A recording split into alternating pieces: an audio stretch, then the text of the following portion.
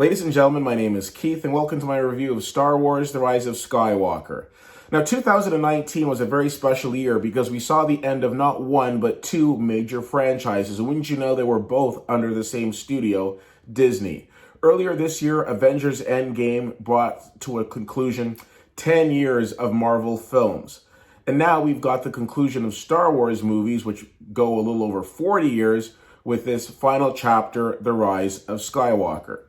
Now, this is a big deal, and this is a big event. There are certain movies that come out very rarely that have that sort of big deal attached to them. And these are two fine examples. And I say that because these are the types of movies that when they come out, automatically you're on the phone with your friends. Hey, tickets are out. Let's get tickets. When are we going to see it? Keith, I want to see a review. Make sure it's spoiler free. I don't want to hear anything about this movie. I don't want to see any trailers about this movie. I just want to go in and see this movie pure. This one was very interesting because unlike the Avengers films, again, this is 40 years of nostalgia for a lot of people. Over the past week, I've been hearing friends saying, I don't want them to GOT the ending of this, aka Game of Thrones. People were saying, okay, well, it's J.J. Abrams. He's the same guy who was involved with Lost. We don't want to have kind of a disappointing ending like the TV series Lost. Just so much pressure on this franchise. And I've got to say, I'm going to go back several years ago. I was extremely skeptical of J.J. Abrams directing this film, not because he wasn't a good director, but just in my mentality. How can a guy direct Star Trek and then come and direct Star Wars? Well, I took that back, and I still do, because I think he did a phenomenal job with The Force Awakens.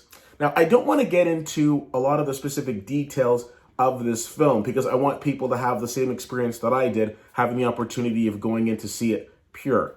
So let's just kind of talk around the movie, and let's talk about what it was and what it wasn't able to accomplish. So one of the big questions that's going to come out is this movie any good? Is it worth seeing? What have you? So what I'll say is that episodes 1, 2, and 3 was definitely the story of Anakin Skywalker and his transition to the dark side. Episode 4, 5, and 6 was really the story of Luke Skywalker. But with both of those series, you had a flow. The movies flowed. Even though you might not have liked episodes 1, 2, and 3, which is a popular consensus, they still had a flow to them. The challenge with these last three movies is that, of course, you had J.J. Abrams come in and direct The Force Awakens, and then Rian Johnson came in with The Last Jedi, a movie that I personally didn't have a lot of trouble with, but I know a lot of people did. One of the challenges you can see as you get into Rise of Skywalker is that there were characters that were introduced in The Last Jedi as potentially major characters, didn't really have a lot to do in The Rise of Skywalker. So even though I've always praised Marvel, which is a Disney entity, for having a plan, somehow it feels like J.J. Abrams and Rian Johnson weren't always on the same page. And I know J.J. Abrams has had exceptions with some of the things that Rian Johnson did, but I will say that there were some scenes in The Last Jedi, it's like some of the ways that the movie was shot that I really enjoyed, and those exact same shots are in that exact way of filmmaking is in this movie as well. So it's as if J.J. Abrams saw that and it's like, you know what, I like what you did here.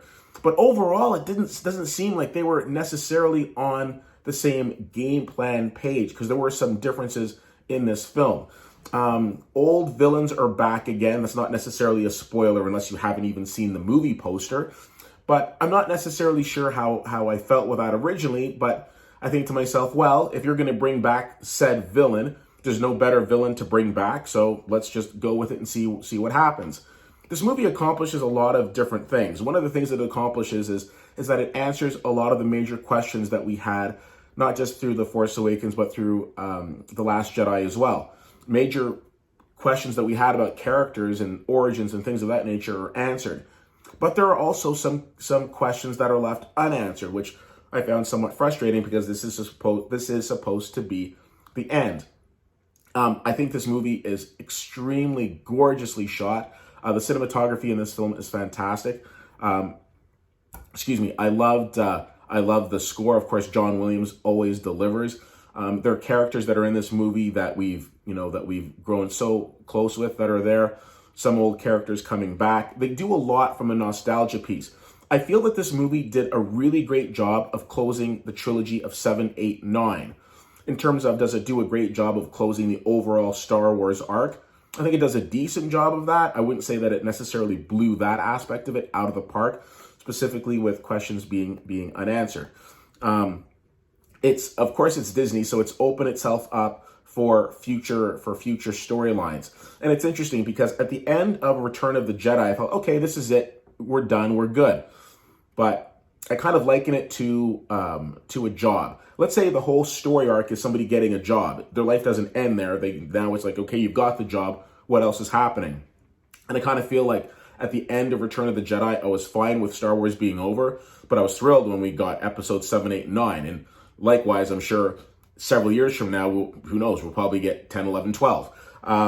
So I've heard a lot of reviewers say that this is the worst Star Wars movie, that this is terrible, this is really, really bad film. Again, I'm not here to say whether they're right or they're wrong. It's their opinion. But to that, I don't know what movie they saw. There was a lot about this movie that I really enjoyed. Again, I think that the story arc of it was good. I was bought in with the plot, and I was okay with it. I think Star Wars movies tend to follow a formula, and I don't think that this one was any different. But there was a lot of exciting, fun things in this movie. I always look at an audience reaction, and there are cheers, and there are sad moments, and there's moments of people clapping and just getting really excited. You can't say that, put that into a film and have that type of reaction and then turn around and say, oh no, it was a terrible movie. This is the type of film that is going to be nitpicked to the highest of levels, and people are going to criticize it to the nth degree. Is that criticism warranted? I don't think so, not with this film, but I think it just speaks to the passion of this audience. So, will you enjoy this film? I think so. I've seen it twice already, and I enjoyed it very much. Looking forward to seeing it a few more times.